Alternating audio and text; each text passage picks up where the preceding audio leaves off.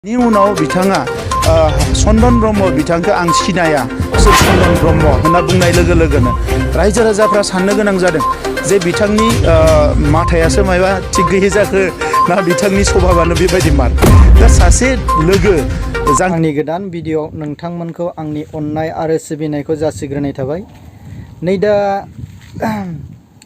Siddeley Vidhan Sabha जोंना उफ्रा बिसायख'थिया जे जानो थांगासिनो दं बे जानो थांनायाव UPPL आरो BPF जों दा कनफाइट फुरा फुटबल जोनाय बायदि जोलायगासिनो दं। बेनि गेजेरजोंनो आं नोंथांमोन जे बे खोथाखौ शेयार खालामनो नागिरदों नोंथांमोनहा जाहाथे भिडिअखौ फुरा नायलांजोबो आरो जायफ्रा चेनेला गोदान चेनेलखौ साबस्क्राइब खालामनानै लायो आङो बेखौनो सिगांग्रो खावलायनाय थाबाय। ओरैबायदि जागोन बहुत मा होनो इन्टारेस्टिंबो आरो मा होनो जोंना मानाव गिदिर प्रमद बर' CM सारा नै दा मा खोथा बुंदों नोंथांमोनहा खोनासंनानै लाबानो जाबाय।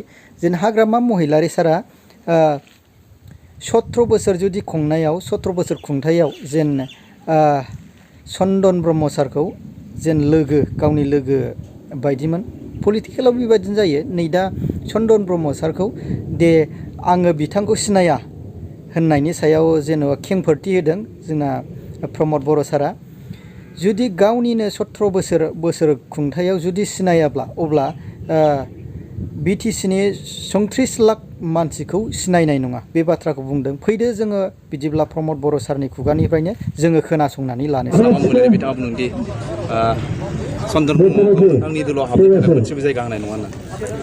चन्दन ब्रह्म बिथाङा बर' माहारिनि सोमावसारनायजों गोलाव समनिफ्रायनो जड़ित जाबोनाय सासे बेक्ति आरो BLT आव बिथाङा हाग्रामा महिलारिजोंनो एखेलगे सोमावसारदोंमोन। जेब्ला निगसिएसन जायो सरकारजों सावरायनाय जायो बै समाव हाग्रामा महिलारि बिथाङा सरकारजों सावरायनायाव बाहागो लायामोन। जों मिथिगौ गेजेर गेजेरल' मोखां देखायोमोन किन्तु गासैबो खामानिखौ चन्दन ब्रह्म बिथांनि दैदेननायावनो आरोबाव दङ बिथांमोननि आं मुंलाया बे माखासे दैदेनगिरिफोरनि दैदेननायावनो गोरोबथासिम बिथांमोना खामानि मावदोंमोन आरो गोरोबथा खालामदोंमन। गोरोबथा जाखांनायनि उनाव थोंजोङै थांनानै हाग्रामा महिलारि बिथाङा सियाराव जिरायहैदों बिनि बादै जेबो नङा। दा बिनि उनावबो सरकार सामलायनाय समाव मन्त्रि जानानै MLA जानानै आरो आगोआव डिपुटि चिफ जानानै गोबां खामानियाव हाग्रामा महिलारि बिथांखौ लेफ्ट राइट अरायसम चन्दन ब्रह्म बिथाङा आरोबाव सासे सानै दैदेनगिरि दङ जोबोद माने गोख्रों खामानि मावग्रा बिथांमोनानो हाग्रामा महिलारिखौ दिनै हाग्रामा महिलारि बानायदों। चन्दन ब्रह्म बिथांखौ आं सिनाया सोर चन्दन ब्रह्म होनना बुंनाय लोगो लोगोनो रायजो राजाफ्रा साननो गोनां जादों जे बिथांनि माथायासो मायबा थिग गैयै जाखो ना बिथांनि स्वभाबानो बेबायदि मार दा सासे लोगो जांख्रिथायनि लोगो थैस' थांस'नि लोगो सेक्रिफाइस खालामग्रा लोगो बेखौ जुदि बिथाङा फैनानै सिनाया होनोबा बाखि 35 लाख मानसिफोर बड'लेण्डनि बाखि लाख लाख बर' मानसिफोर बेखौ बोरै सिनायगोन। दा नंखायनो हाग्रामा महिलारिखौ बयबो लासै लासै नागारदो। आंथ' बुंनो नाजायो माने आं नागिरो जे नैबे इलेक्सननि उनाव जि साफा सानै बिथांनि लेफ्ट राइट दङ बिसोरबो लासै लासैनो गोमालांजोबगोन बिथांनिफ्राय आरो गोदान गोदान सेंग्राफोर माबा माबि नागिरनानै बिथाङा साननैसो दोलोखौ लांबावनो हागोन। बिनि उनाव बिथांनि पार्टिनि तालायानो बन्द जागोन। सार आरो नोंथांखौ बुंबावदोंदि बिथाङा बोसोराव रां फैनायखौल' जानो रोंगौ नाथाय रायजोनिफ्राय खामानि मावो। बिथाङा हिसाब हमबानो जाबाय बिथांनि 17 बोसोराव 2900 करोड़नि एनामलिस बिथाङा खालामदों। आं 5 बोसोराव बेसां एनामलिस खालामदों मा खालामदों बिथाङा फैलायनाङा 5 बोसोरा जोबखांनायनि उनाव आं बिथांनो गावनो हिसाब होगोन आरो बिनि उनाव बिथाङा आंजों साहस दङबा जिरायबानो जाबाय। आं दिनैबो जिरायगोन दाबो जिरायगोन 1 सेकेन्ड उनावबो आं जिरायनो रेडि। जुदि हाग्रामा महिलारिया बिथांनि 17 बोसोरनि हिसाब निकासखौ लाना जिरायोबा आंबो जिरायनो थाखाय रेडि। नाथाय हाग्रामा महिलारिया बेबायदि हिसाब निकास लानो हाग्रा मानसि नङा। चन्दन ब्रह्मखौनो सिनायाबा आरो मा सिनायबावनो बेलाय।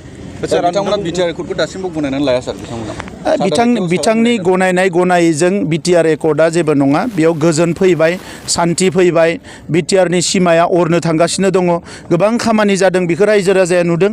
गोबां इनस्टिटिउसन जागोन बेखौ रायजो राजाफ्रा नुदों। पुलिस मिलिटारिनि गोबां मोनसे समाव इमान अत्याचारमोन दिनै बियो गैला। बिनि बिदा फंबायफ्रा न'आव फैनो हाजोब्बाय बेखौ रायजो राजाफ्रा नुदों। दा बिनि उनाव आरो हाग्रामा महिलारिनि सार्टिफिकेट लानांगौथ' दरकार गैया। हाग्रामा महिलारि बिथाङा मा मानसि बेखौ बयबो मिथिगौ।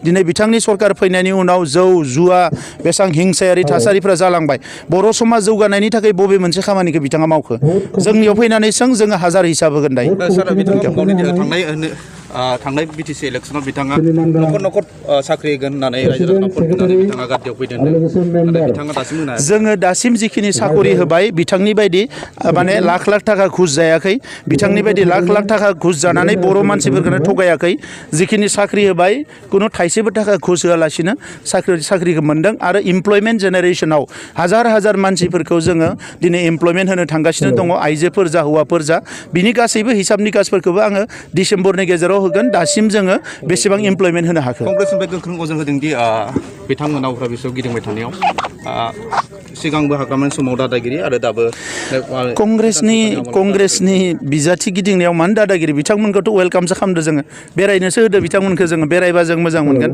आरो दानि समाव गणतान्त्रिक जि प्रक्रिया गणतान्त्रिक जि आबहावा बेखौ गोख्रों खालामनो थाखाय जों खामानि मावदों जुदि कंग्रेसआ बबेबा जायगायाव माबा उसुबिदा मोनदोंबा पुलिसनो खोन्थानो हायो इलेक्सन कमिसनाव खोन्थानो हायो आरो बिथांमोना लुबैयोबा जोंनोबो खोन्थानो हायो बिथांमोनहा जेन भिडिअनि जेन ओंथिफोरखौ जेन बुजिबाय जानांगौ जे मानाव गेदेर प्रमद बर' सारा जेन बुंलांबाय अब्ला BP एबा 17 बोसोराव जेबो मावथ्राखैमोन नामा बेबो मोनसे बेखौनो रायजो राजा नोंथांमोनहा जेन भिडिअखौ जुदि मोजां मोनदोंब्ला आरो लाइक आरो शेयार कमेन्टनि गेजेरजों फोरमायहरबानो जाबाय।